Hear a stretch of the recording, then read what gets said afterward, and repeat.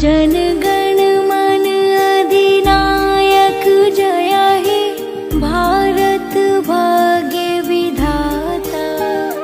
पंजाब सिंधु गुजरात मराठा द्राविड उत्कल बंग।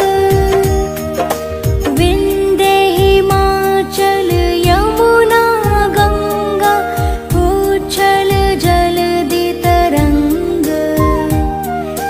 तब शुभ नामे जागे तब शुभ आशीष